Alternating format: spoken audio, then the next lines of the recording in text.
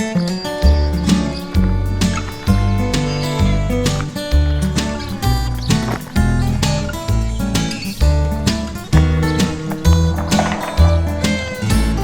to week 18, everyone. If you haven't made it down to the farm to get your pumpkin, I was down there today and there were lots of happy people running around. Even though it wasn't a sunny day, it was definitely a go harvest your pumpkin in the pumpkin patch day.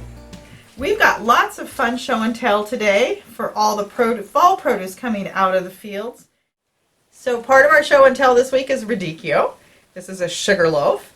It is a Mother Nature's fall plant for us to really bolster our immune system. There is a bitter flavor to it that pairs beautifully with fats like cheese or maybe some really lovely salamis. I'm going to give you an example of how to reduce some of the bitter in it if you're introducing children to this.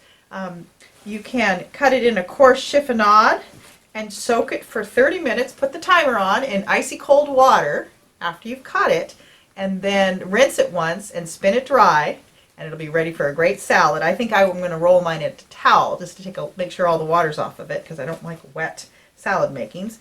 And then there's a maple vinaigrette I would suggest to go with it if you're just new to this vegetable. If you haven't tried Jubilee's pickled beets, I saw some on the shelf when I was at the barn today. They're back from the cannery.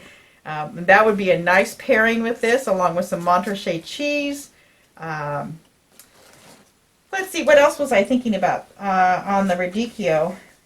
So just a rule of thumb, it's a good idea to have some fat to go with it if you're making a salad.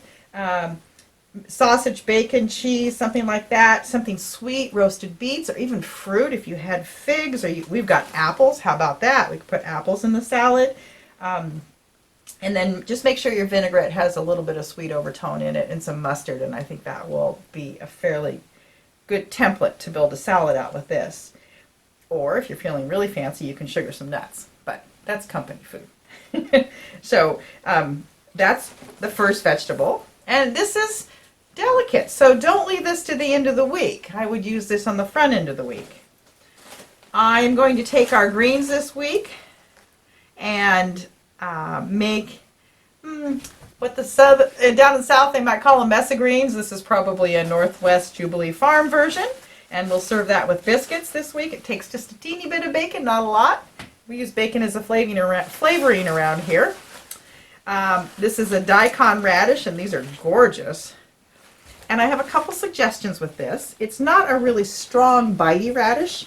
I love to use it in ferment. So a ferment made with this julienne, not shredded, that's too small, but a julienne with the carrots would be a great ferment. If you're not into doing ferments, then just a quick salad. You could julienne the daikon radish and the carrots and sprinkle it with a little bit of lemon juice or some kind of acid and vinegar, rice wine vinegar, what else? That dill vinegar that I like to use all the time. Just something to hold it. Doesn't need oil on it, and a little salt. And then you've got this great crunchy salad that you can just pop on top of the soup that we're going to make this week. A little crunch on top and a little brightness to go with the rich soup. It could go in a sandwich, or it could just be nosh for the weekend. You could do the same idea using celeriac. Now celeriac is, he's kind of a homely looking little guy, but he's Mother Nature's way of giving us the flavor and a lot of the nutrition profile from celery in the wintertime, because this is a cousin of celery. It's bred for its bulb, the root, and you take a paring knife, and I'll demonstrate that so that you don't hurt yourself, but you pare it up.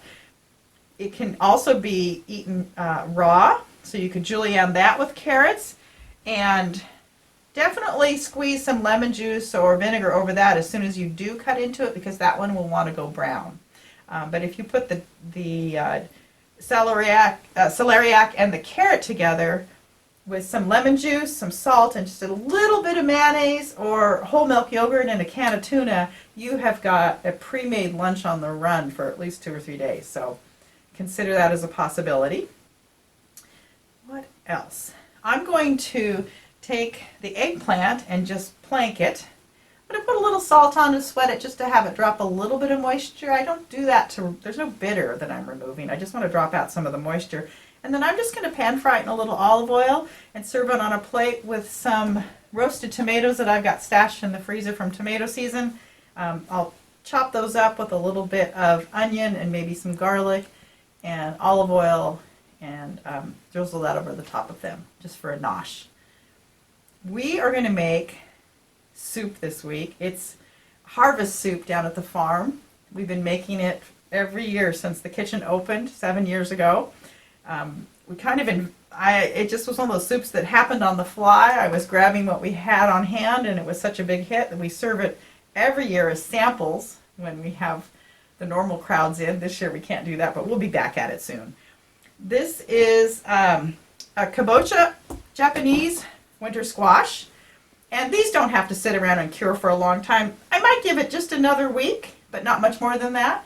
And then you can just knock the top off, cut it in half, scoop the seeds out, bake it in the oven till it's squishy, like I talked about last week, and then puree that, and that'll be the foundation for our soup, along with carrots, along with sauteed onions, and coconut milk, and lots of cumin.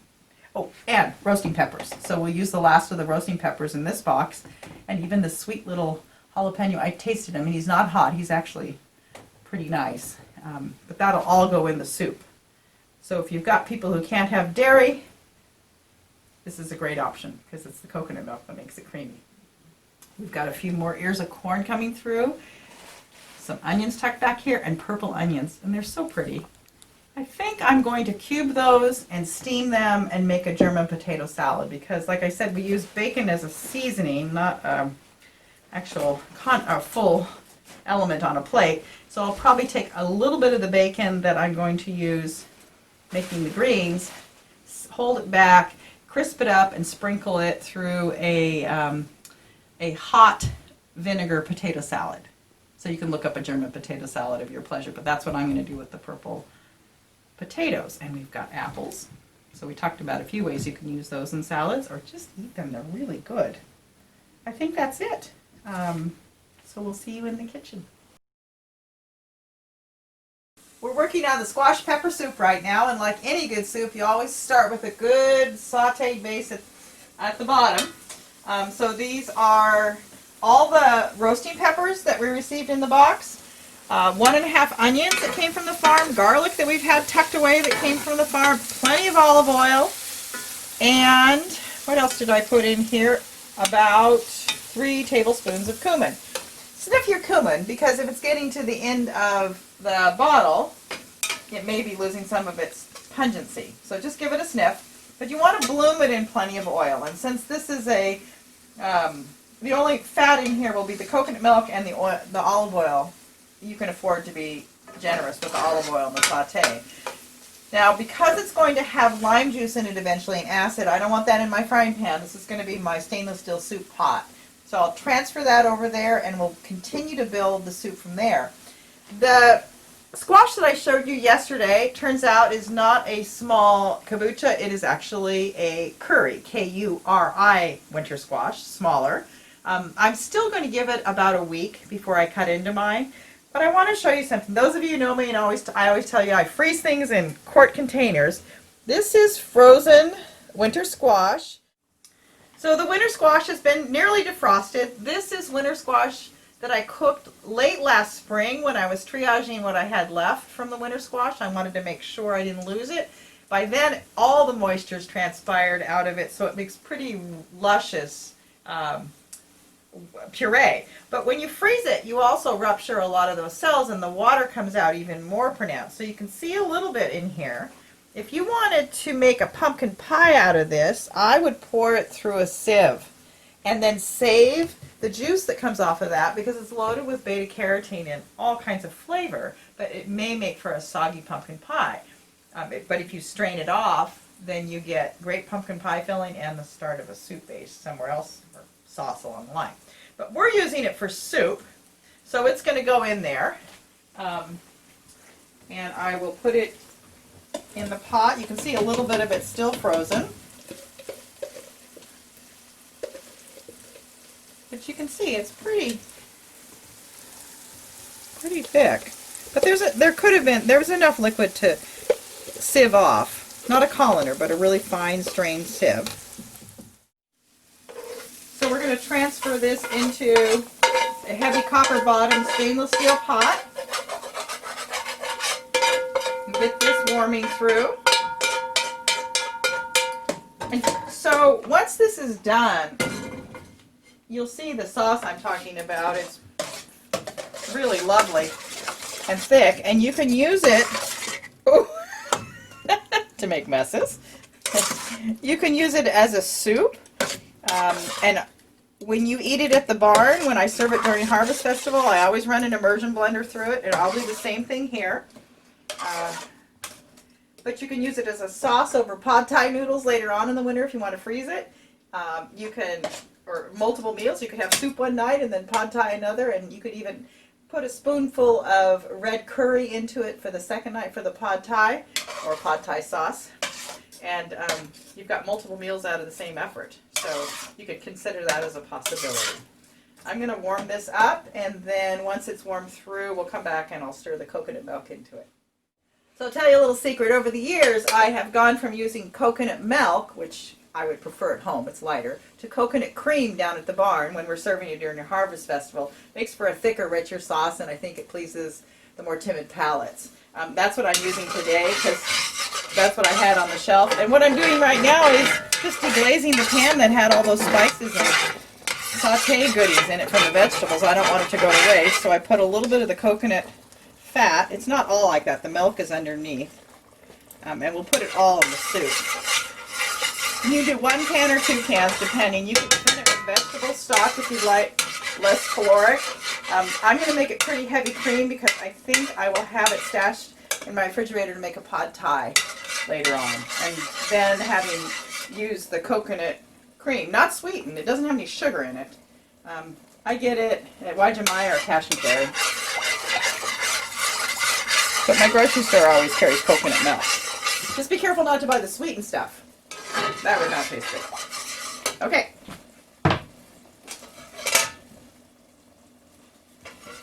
See, so we captured a lot of that flavor.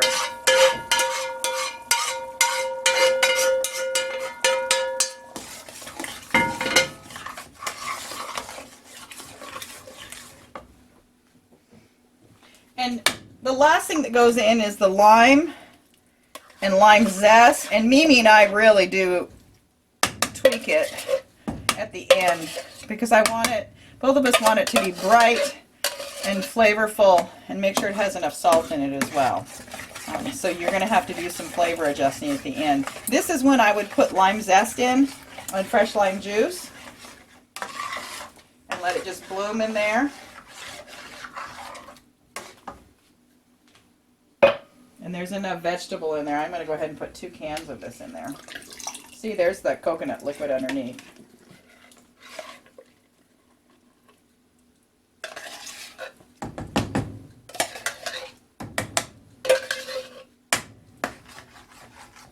So we'll let this warm through and cook. And then I'll run an immersion blender through it. So you can see I've got another meal prepped as well, and I'm going to show you how I put that Northwest mess of greens together.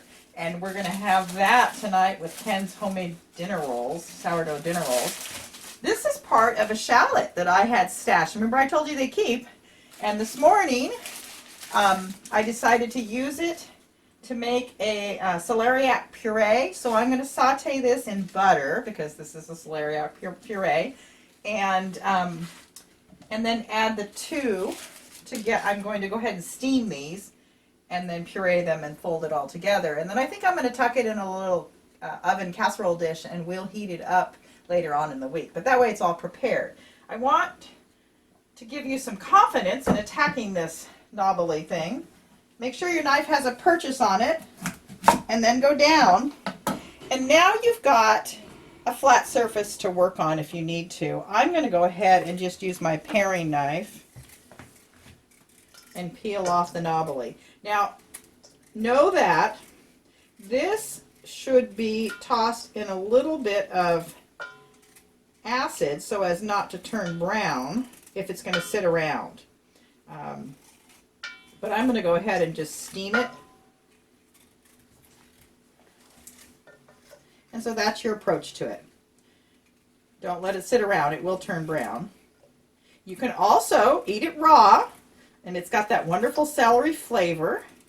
This is Mother Nature's storage winter vegetable for us to give us the nutrition and the flavor of celery, but something that actually can survive the winter in a cooler somewhere.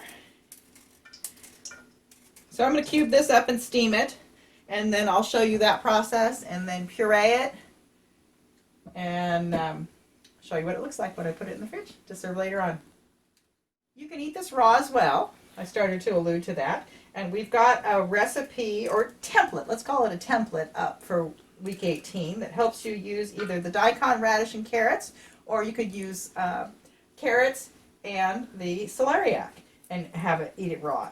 Just remember to toss it in whatever acid you're using to make that salad right away so this doesn't brown if you're going to be using it as a raw salad. So that's about a half a cube of butter for those 2 knobs of celeriac. And here's about a half a cup or so of the shallot. And I'm just going to cook that down until it gets sweet and push it back, and then I'll continue chopping my celeriac and put it in my steamer. So as things go in my kitchen, they always evolve. And Ken and I just tasted it, and we decided we're going to leave it chunky. So this is what chunky looks like. This is not what you've seen at the farm. I always puree it just to make it kid-friendly. Trying to show you the chunks. Now, I don't have any fresh citrus in my house right now, just because I haven't been to the grocery store for a while. So I'm going to cool this off today and stick it in the fridge, and then when I reheat it to serve it for dinner, I'm going to add lime zest off of 2 limes and probably the juice of at least 1.5 good-sized limes. I've tasted it. Ken likes it, but I want to tell you it doesn't have that wonderful bright flavor that the soup has down at the barn. That citrus makes all the difference in the world. So we'll let the soup pot sit in the refrigerator and let the flavors get to know each other, and I'll heat it up in a couple days. And then I'll have limes available, and then we'll have it for dinner. I like crunchy things. I like crunchy things to snack on. I like crunchy things to put on top of dinner if it looks a little too rich for me. This is daikon and carrot and a little bit of celery leaf from several weeks ago, probably 3 weeks ago. I had it tucked away, wrapped in a towel in a slightly open, heavy plastic bag so it could breathe in my vegetable drawer. So I still have some celery stashed for soup making. This has rice vinegar on it, probably half a cup, and salt. And I did give it a little pinch of sugar because the daikon had quite a bit of bite to it. I like that, but I knew I was going to use it in some other recipes. It also has about a half a cup of minced up shallot. That's how my shallot thing started this week. And this will hold all week long. And it just has just a little acid and salt on it. So you could do the same recipe with the celeriac if you wanted to, but I'm going to turn the celeriac into a puree for Ken's birthday. And so we will puree the shallots and the butter. There's probably 3/4 of a cube of butter in there. That's quite a bit. It's a puree that you just put on the bottom of the plate and maybe put some protein meat on top of that. Like you'd see it served in a restaurant, so it's extra flavor to your palate while you're enjoying something rich. And that's how we'll use the celeriac this week. One of the delights of making a quick little pickle like this, which is essentially what it is it will take the bite out of radishes. So if radish flavor is not your thing, or definitely not for your kids, and that's the flavor that was coming through when it was first put together, 10 minutes later, 15 minutes later, all that heat has dissipated. So consider that. Before you decide you don't like a vegetable, just figure out a new way to prepare it.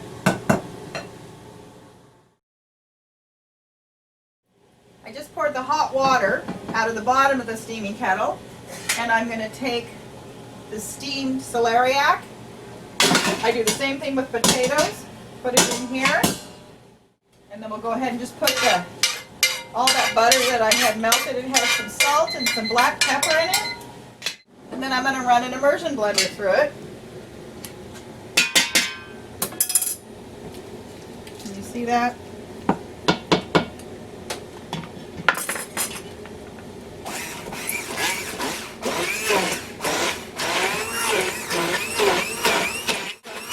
You can put it in your food processor too, guys. I just didn't want to dirty something else. We're working on our Northwest version of a mess of greens. And you can see I already have cooked off the bacon in a separate frying pan earlier today and put about 1/4 cup back in, so all the fat was rendered off. And the onions have slowly sauteed with garlic and salt and pepper, a little bit of hot pepper, dried flake. And now I'm getting ready. That was all done in a cast iron pan because I can manage the heat on my range much better. But I want to put it back into the stainless steel pot where we're going to cook it because we're going to add acid to that. So we're going to add, I made my own pepper vinegar. I just took, I don't know, 1/2 cup of rice vinegar. Mine is unseasoned. This is a 2 tablespoon increment. I'm going to put a little more than the recipe calls for because we like heat and vinegar. And then I probably put 2 tablespoons of sriracha pepper in there as well. So you can make your own pepper vinegar if you want to. It's great for brightening things up. You don't want too much on something. And then I have 2.5 cups of pork stock that I made last week. Okay, let's get the heat underneath there. And when that comes to a boil, then I'm going to add the greens. And we're going to cook those for about 25 minutes.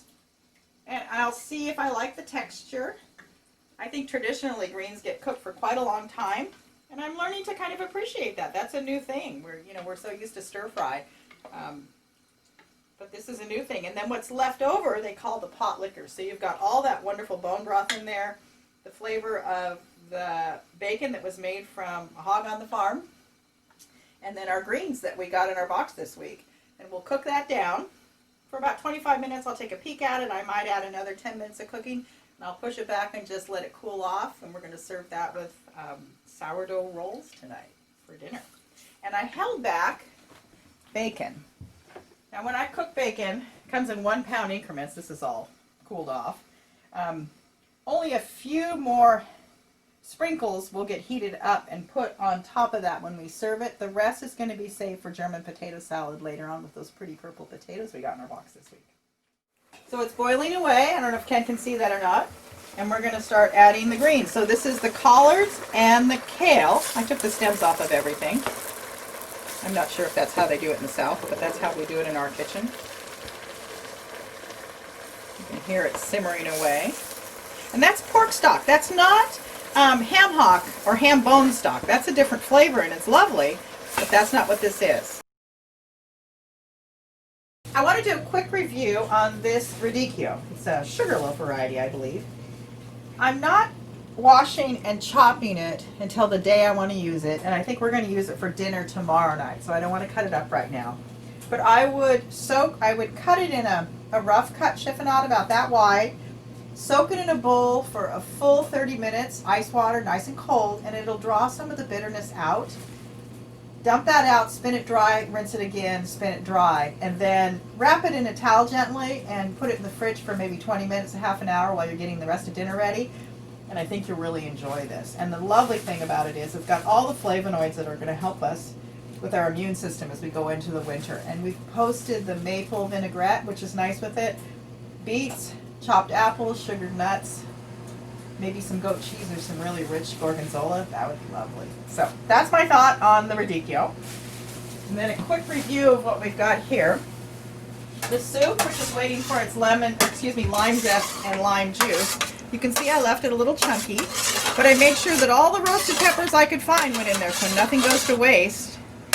This could be served as a nice soup, and you could even put it over a brown rice to fill it out.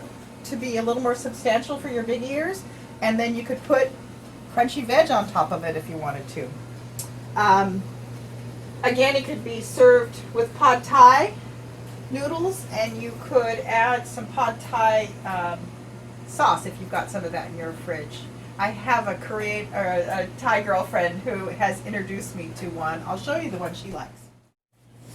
Here's the one that my girlfriend Kong introduced me to, and I buy very few prepared ones, but this is so handy because it's just a little flavor booster. It can make my meal feel like I'm a little more Thai. It's not quite authentic. Hopefully next summer, for All Back in the Kitchen, Kong has said she would be willing to come and teach us how to make some lovely dishes, so we'll get the real deal maybe next summer.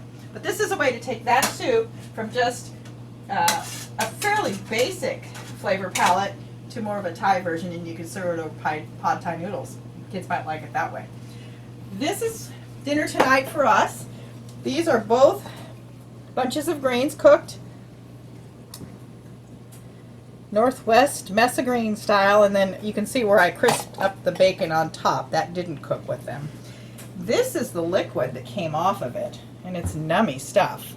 That was made with pork stock. You could do it with vegetable stock. You could do it with chicken stock, but it's infused with that pepper vinegar, and that just makes all the difference in the world. So when we plate it up, I just want to show you what the plan is. You'll just take some like this. I wish I could show you the rolls, but they're not quite baked yet. And then you take the pot liquor, heat it up, and pour it over. So now you have this lovely sop. So if we had a roll, you could break it open and catch all that wonderful liquid.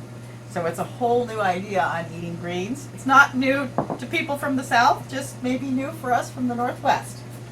I went ahead and sweat and grilled my eggplant, so it's all ready to go. I tend to stash that kind of stuff in the fridge, and that way it's there when I need it. These are dehydrated tomato slices I made this year, and then I rehydrate them in a boiling vinegar, and then they're really tasty.